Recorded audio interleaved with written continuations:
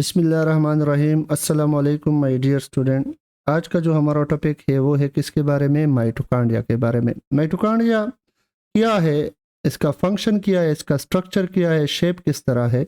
तो ये हमारे पास माइटोकॉन्ड्रिया टू वर्ड से डिराइव हुआ है। एक क्या है माइटस, जिसकी मीनिंग है थ्रेड, और कॉन्ड्रियन जिसका मतलब है स्ट्रक्चर या ग्रेन्यूल्स। ठीक, तो माइटोकॉन्ड्रिया हमारे पास power house of the cell है। इट इज आल्सो नोन है, सबसे इंपॉर्टेंट एमसीक्यूज है, power house of the cell.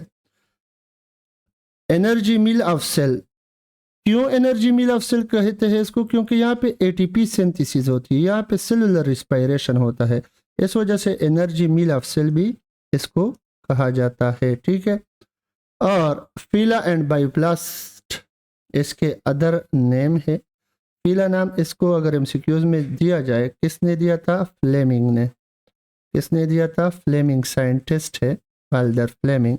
और बायोब्लास्ट इसको नाम दिया था किसने? अल्टमैन ने। किस? अल्टमैन। ठीक हो गया।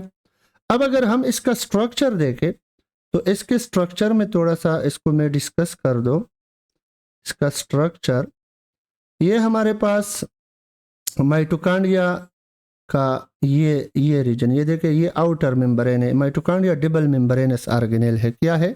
Double membranous organelle. ये आउटर एनवेलप है, यहाँ पे देख आउटर मेम्ब्रेन लेका है। ठीक हो गया। और इसमें पोरीन्स है, पोर्स है। पोरीन्स का मतलब क्या है? पोर्स, जिसके जरिए एक्सचेंज ऑफ मटेरियल होता है। ठीक है, फिर उसके बाद आपको नजर आएगा ये सेकंड मेम्ब्रेन। ये देखिए, ये इस तरह ये मेम्ब्रेन है। ठीक हो गया। ये इसको कहते हैं इनर मेम्ब्रेन, और इसके इस इनर मेम्ब्रेन को क्या कहते हैं?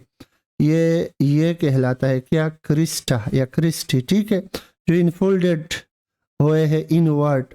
ठीक है, और प्रोजेक्शन अराइज हुए हैं। ठीक, इस इनर मेम्ब्रेन के बाद आपको ये रीजन नजर आएगा। ये देखिए, ये दरमियान में ये रीजन, इसको कहते हैं बेटा मैट्रिक्स ऑफ माइटोकॉन्ड्रिया या माइटोकॉन्ड्रियल मैट्रिक्स। अब यहाँ पे एक और इम्पोर्टेंट पॉइंट ये भी सुन ले कि इस आउटर मेम्ब्रेन और इनर के दरमियान, इनर मेम्ब्रेन के दरमियान स्पेस है। ठीक है, इसको कहते हैं एंटर मेम्ब्रेन स्पेस। क्या कहते हैं? Enter membrane space. ये लिखा है आपको। ठीक है, एंटर मेम्ब्रेन स्पेस। ठीक है, इसके अलावा ये हमारे पास यहाँ पे मौजूद है माइटोकॉन्ड्रियल डीएनए, और ये असल में होता है सी डीएनए, सर्कुलर डीएनए होता है। क्या होता है? Circular DNA. ये मैट्रिक्स ग्रेन्यूल्स है, ये राइबोसोम है। राइबोसोम इसमें 70S होता है। क्या होता है? 70S इसमें वो होता है, राइबोसोम होता है। ठीक, अब अगर हम आगे जाए तो ये तो जो इसका क्या हुआ? स्ट्रक्चर हो गया। ठीक है, आगे इसमें हम तफसील से पढ़ेंगे कि इसका ओल्ड नेम क्या है। अगर एमसीक्यूज आ जाए कि what is the old name of mitochondria, तो याद रखे बेटा इसका ओल्ड नेम फीला है। ठीक है, माइटोकॉन्ड्रिया नेम किसने दिया था? डिस्कवरी किसने दिया? डिस्कवरी भी इम्पोर्टेंट है, और ये बेंडा ने इसको ये माइटोकॉन्ड्रिया का नेम दिया था। ठीक हो गया।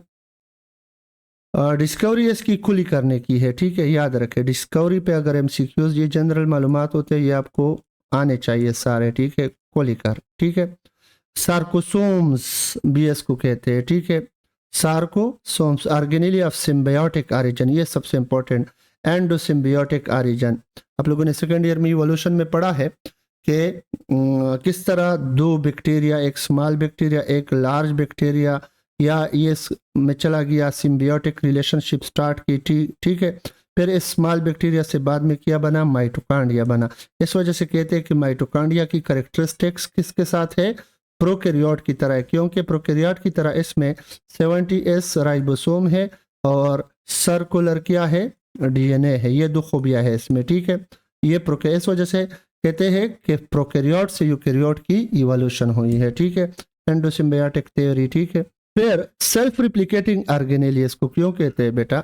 अगर कोई पूछे कि ये खुद रिप्लिकेट हो सकता है, कैसे? क्योंकि इसमें स्मॉल सर्कुलर डीएनए है। ठीक है, सर्कुलर डीएनए, सर्कुलर डीएनए। ठीक है, और राइबोसोम है जो कि कितना है? 70S है। ठीक है, आरएनए भी इसमें है। सेमी ऑटोनोमस ऑर्गेनेल इसको कहते हैं, अगर एमसीक्यूज आ जाए कि सेल के कौन से ऑर्गेनेल को अगर हम आर्टिफिशियल मीडियम प्रोवाइड करें आउटसाइड द सेल तो ये सरवाइव कर सकता है, तो इस वजह से इसको सेमी ऑटोनोमस ऑर्गेनेल भी कहा जाता है, capable to survive outside the cell, ठीक है, क्योंकि ये खुद रिप्लिकेट हो सकता है आर्टिफिशियल मीडियम में। माइटोकॉन्ड्रिया, ये सबसे अहम पॉइंट है बेटा कि mitochondria fertilize egg is derived from mother. इसका मतलब क्या है कि अगर हमारे पास ये देखें स्पर्म और ओवम की फ्यूजन हो रही है, ठीक है, तो याद रखें जो जाइगोट बनेगा, क्या बनेगा, जाइगोट, इसको फर्टिलाइज ओवम भी कहते हैं। इसमें माइटोकॉन्ड्रिया किसका होगा, इस ओवम का, और ये ओवम कहाँ से आता है, मदर से आता है कि नहीं, क्यों, क्योंकि स्पर्म का सिर्फ हेड इंटर होता है और इसका माइटोकॉन्ड्रिया इस मिडल पीस में होता है, माइटोकॉन्ड्रिया इसका यहाँ पे होता है, ठीक है, माइटोकॉन्ड्रिया एंट्री नहीं करता, ठीक है, तो इस वजह से जाइगोट में या फर्टिलाइज ओवम में अगर एमसीक्यूज आ जाए कि ये माइटोकॉन्ड्रिया किसका होगा, तो किसका होगा, ये डिराइड हुआ कहाँ से, मदर से डिराइड होगा, ठीक हो गया।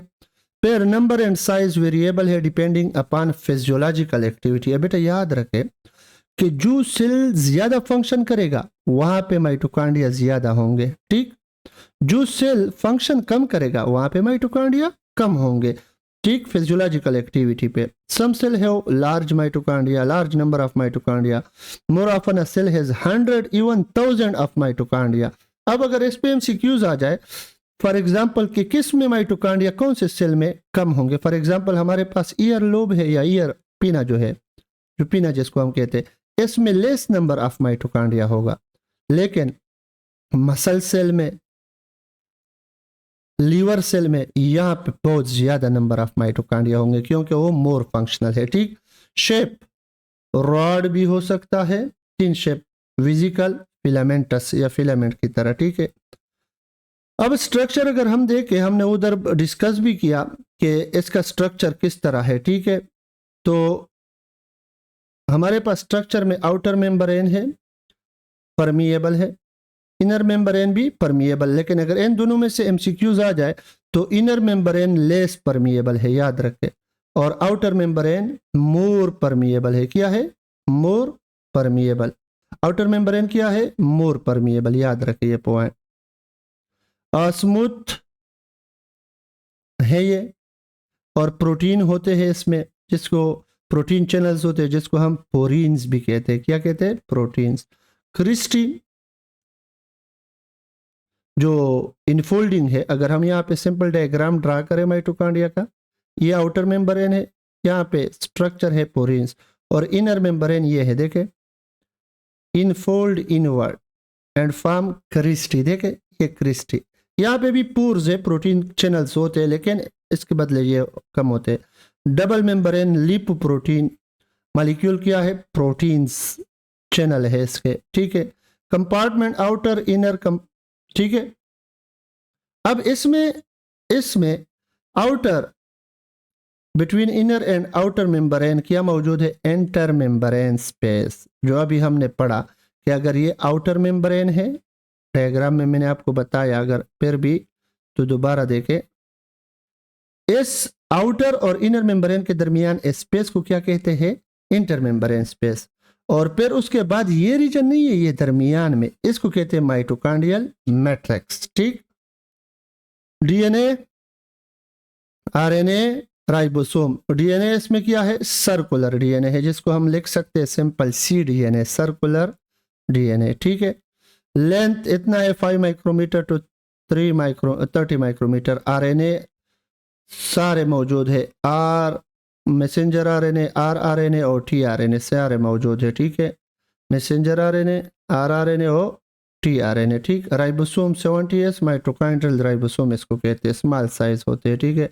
एंजाइम और कोएंजाइम होते हैं, क्योंकि यहाँ पे इसके फंक्शन ज्यादा है, तो इस वजह से यहाँ पे एंजाइम कोएंजाइम की जरूरत पड़ती है।